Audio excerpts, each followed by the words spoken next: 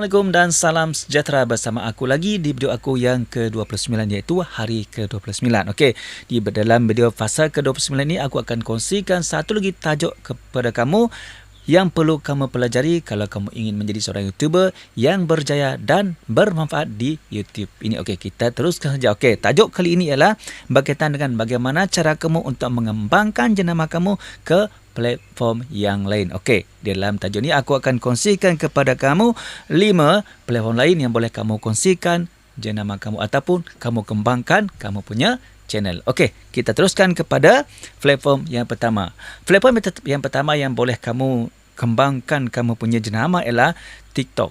Okey, di mana TikTok ialah platform terbaik untuk kamu menarik perhatian audien baru kamu melalui video pendek.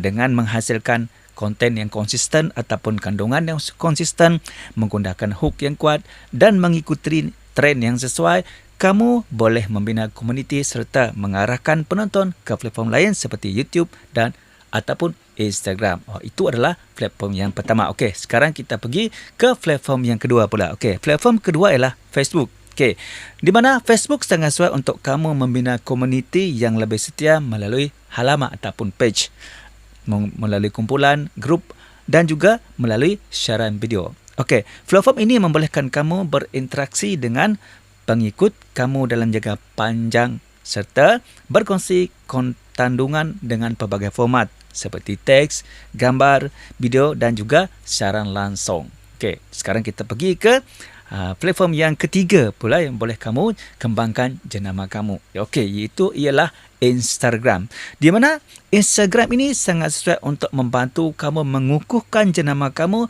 melalui Reels, Stories, Feed dan juga Social.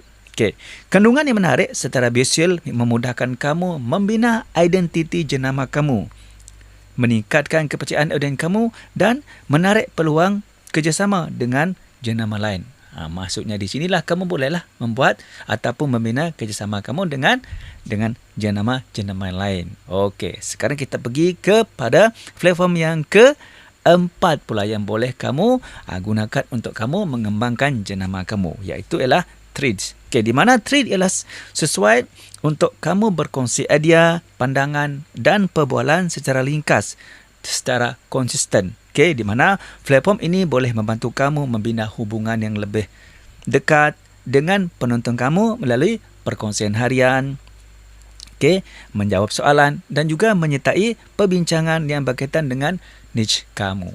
Okey, sekarang kita pergi ke platform yang terakhir. Okey, platform terakhir yang boleh kamu kembangkan jenama kamu ialah LinkedIn. Okey, LinkedIn adalah sebuah platform profesional yang sesuai untuk kamu membina kredibiliti dan reputasi dalam bidang kepakaran kamu. Okey, dengan berkongsi pengalaman, ilmu dan pencapaian, kamu boleh menarik perhatian syarikat, bakal pelanggan kamu ataupun rakan kerjasama dan peluang kamu untuk mewujudkan perniagaan yang lebih berkualiti. Okey, itu tadi adalah 5 platform yang kamu boleh untuk kamu mengembangkan jenama kamu supaya jenama kamu lebih dikenali dan lebih dapat memberi manfaat kepada penonton kamu dan juga dapat memberi manfaat kepada diri kamu sendiri. Okey, macam mana? Kalau kamu merasakan perkongsian aku kali ini dapat membantu kamu menjadi seorang YouTuber yang berjaya dan bermanfaat bukan saja kepada penonton kamu, malah kepada diri kamu sendiri, jangan lupa kamu subscribe, kamu komen yang murni-murni. Okey, kamu komen dekat ruang komen tu kalau kamu nak apa lagi, atau nak cadangan, kalau kamu nak bagi cadangan, kalau kamu nak bagi idea, kalau kamu ada persoalan, soalan ataupun pertanyaan, okey, kamu tulis kat ruang komen tu. Lepas tu kamu boleh share juga, okey, supaya ramai lagi kawan kita yang mendapat apa konsep daripada video aku ini. Okey, macam mana? Okey, kalau kamu ingin mengetahui info yang selanjutnya, jangan lupa kamu jumpa aku di video aku yang seterusnya. Okey, semoga manfaat. Jangan lupa belajar menjadi seorang kreator satu langkah satu hari. Assalamualaikum. Terima kasih.